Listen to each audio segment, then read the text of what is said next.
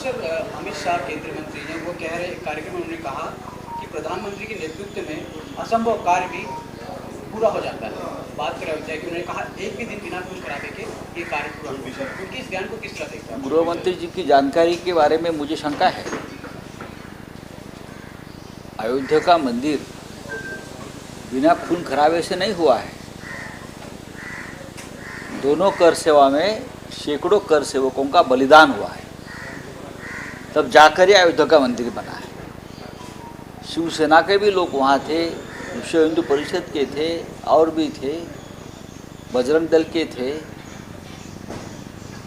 ये जानकारी उनको होनी चाहिए, शायद ये लोग नहीं होंगे, बीजेपी के लोग।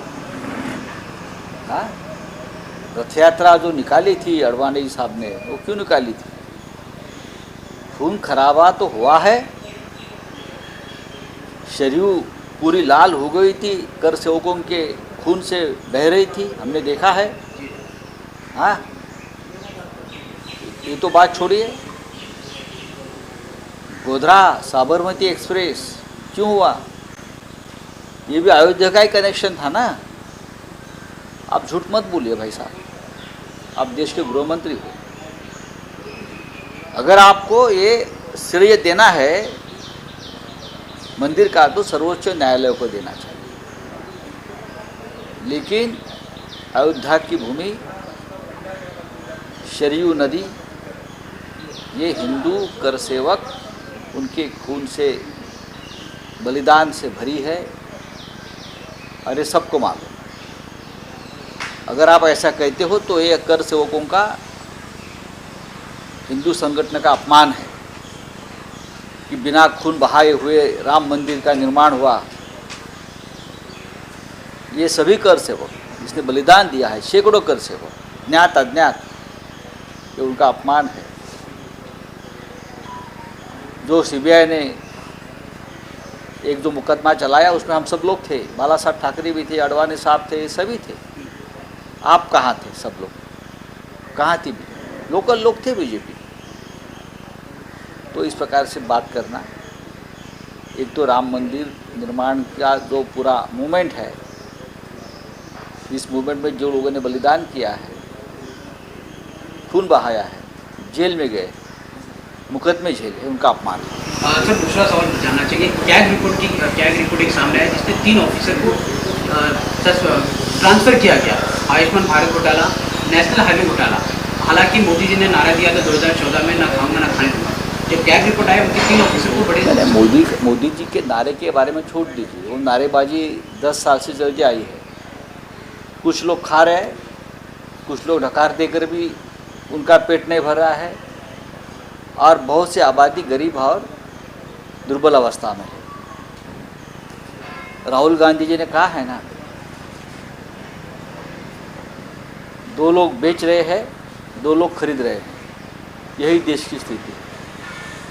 तो ये जो अब सामने आते हैं घोटाले, अब धीरे धीरे 2024 तक पूरा समुद्र ऊपर आ जाएगा घोटाले का।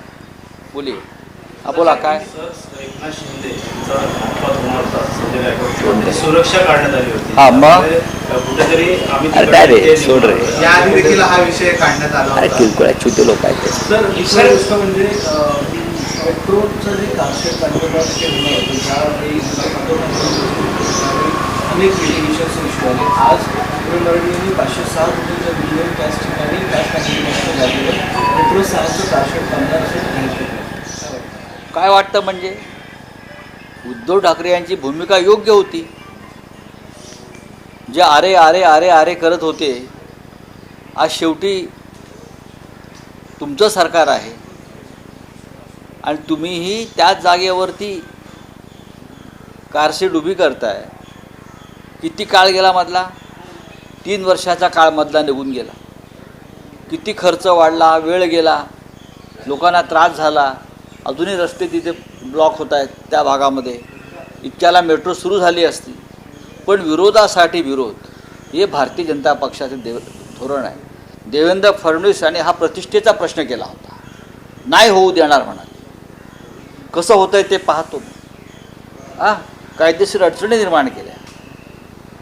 वारंवार आदित्य ठाकरे, उद्धव ठाकरे यांना समजून सांगत होते, विरोध करू नका, हा मुंबईतल्या जनतेच्या विकासाचा आणि सुविधांचा प्रश्न आहे. शेकडो वारेतली जंगलं झाडं तोडून आपण पर्यावरणाचा नाश केला, लोकांवर खटले दाखल केलेत विरोध करणार, आणि शेवटी परत आलाच कुठे ते तिथेच. हे यांचं राजकारण, हे यांचं धोरण आहे. सर इंडियन अलायंस की बात करते हैं. 5 राज्यों के चुनाव की घोषणा हुई, सीट सेरेमनी की क्या फॉर्मूला सर? हालांकि बात ऐसे है, विधानसभा का चुनाव है. इंडिया अलायंस की जो गठबंधन हुआ है वो खास करके 2024 के लोकसभा के लिए हुआ है. बहुत से राज्यों में विधानसभा लोकल लेवल पर लड़ी जाती है, तो वहाँ की लोकल जो स्थिति है उसका ऊपर सीट शेयरिंग हो जाएगा. लोकसभा सीट सेरेमनी की थी, हालांकि कुछ दिनों बाद ही सर, हालांकि इसको हम इंडिया अलायंस में चर्चा होती है लोकसभा चुनाव की, और उसके ऊपर हम सीमित रखेंगे. अब राजस्थान में, मध्य प्रदेश में, तेलंगाना में, हाँ, या छत्तीसगढ़ में, यहाँ तो कांग्रेस है. बड़ी बात, बड़ी पार्टी कांग्रेस है, तो कांग्रेस तय करेगी किसको साथ लेना है, किसको साथ नहीं लेना है. सर अलायंस, हालांकि आप लोगों ने लोकसभा चुनाव के लिए कितने अनुमान बता सकते, कितनी सीटें?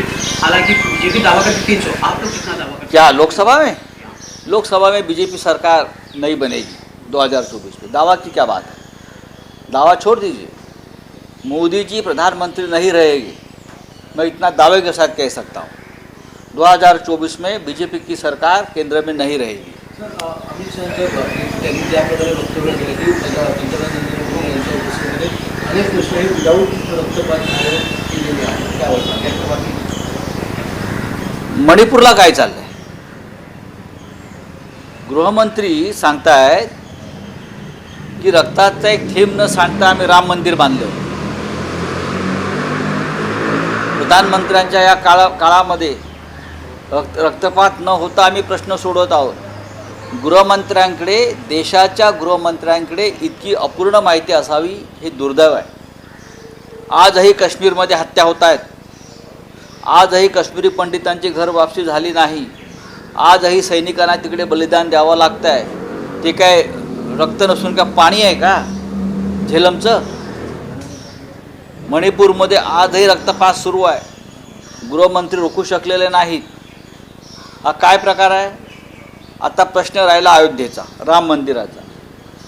की अयोध्येच्या संदर्भात त्यांचं असं वक्तव्य आहे की रक्ताचा एक थेंब न सांडता आम्ही राम मंदिर उभं करत आहोत असं सांगणं, हा 2 करसेवांमध्ये शेकडो करसेवकांनी जे बलिदान दिलं, रक्त सांडलं, मृत्यूला कवटाळलं, हा त्यांचा अपमान आहे. शेकडो करसेवकांनी राम मंदिरासाठी बलिदान दिलेलं आहे.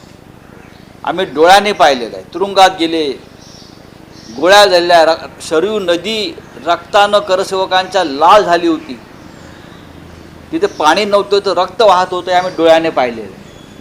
आम्ही तिथे उपस्थित होतो सगळे. आणि तुम्ही म्हणता रक्ताचे एक थेंब ना सांगता राम मंदिर मिळालं. तुम्ही नसाल त्या लढाईमध्ये, कदाचित तुम्ही नसाल, आजचे राज्यकर्ते नसतील, पण त्या शिवसेना, बजरंग दल, विश्व हिंदू परिषद असे प्रमुख हिंदुत्ववादी लोक होते, आणि अनेक कोणत्याही राजकारणाशी संबंधित नसलेले कार्यकर्ते तिकडे मोठ्या संख्येने आले होते. गोधराकांड काय होतं? गोधराकांडाचा संबंध सुद्धा अयोध्येशी जोडला जातोय ना, मग ते बलिदान नाही का? साबरमती एक्सप्रेस हे जे कांड झालं हे सुद्धा अयोध्येशी संदर्भातच कांड होतं. तेही तुम्ही विसरलात सत्तेवर आल्यावर. अमित शहा यांनी ज्या प्रकारचं विधान केलेलं आहे हे शेकडो हजारो करसेवकांच्या बलिदानाचा अपमान करणारं हे विधान आहे. शिवसैनिकांचे मृत्यू झाले तिथे, उंटावर चढलेले कोठारे बंधू शिवसैनिक होते, हे का लपून राहिलं? असंख्य लोक तुरुंगात गेले, अनेकांना खटल्यांना सामोरं जावं लागलं, हे काय बलिदान नाही? आणि तुम्ही आत्ता सांगताय की त्याचं श्रेय तुम्ही नरेंद्र मोदींना देता. आज हे मंदिर उभं होतं त्याचं श्रेय करसेवकांबरोबर त्यांच्या बलिदानाबरोबरच सर्वोच्च न्यायालयाला द्यायला पाहिजे. बस, बाकी कोणाचं श्रेय नाही. चलिए, थँक्यू. राजीनामा देण्याचं मागचं कारण म्हणजे सुप्रिया सुळेंना अध्यक्ष म्हणून भाजप सोबत जायचं होतं असं छगन भुजबळांनी घोकस्फोट केला. काय वाटतं ते जाताना देखील बोलले की जाऊन बघून येतो आणि सत्तेत सामील झाले. काय तुम्ही ह्यांच्यावरती विश्वास ठेवता? ईडी आणि CBIला घाबरून पळून गेलेले लोक आहेत बरं का. तुम्ही ह्यांच्यावरती कशाला विश्वास ठेवताय? शरद पवार असतील, उद्धव ठाकरे असतील, यांच्या पाठीत ज्याने खंजीर को बसला आणि पळून गेले भाजपच्या तंबूत आणि गोटा, हे सगळे डरपोक नंबर 1. भविष्यात कोणीतरी सिनेमा काढला पाहिजे, डरपोक नंबर 1. या डरपोक नंबर 1 मध्ये सगळे व्हिलन आहेत या चित्रपटाच्या पडद्यावर. काही नाही, यांचं ऐकू नका तुम्ही. हे महाराष्ट्राला गुमराह करण्याचा प्रयत्न करतात. मला माहिती आहे, मला पडद्यामागच्या सगळ्या घडामोडी माहिती आहेत. काय झालं, काय घडलं, काय घडणार आहे आणि उद्या काय घडणार आहे. चला. सर इसी पे हिंदी में सवाल जानना चाहिए, छगन भुजबल एक बयान अरे छगन भुजबल के ऊपर क्यों विश्वास रखते हो आप?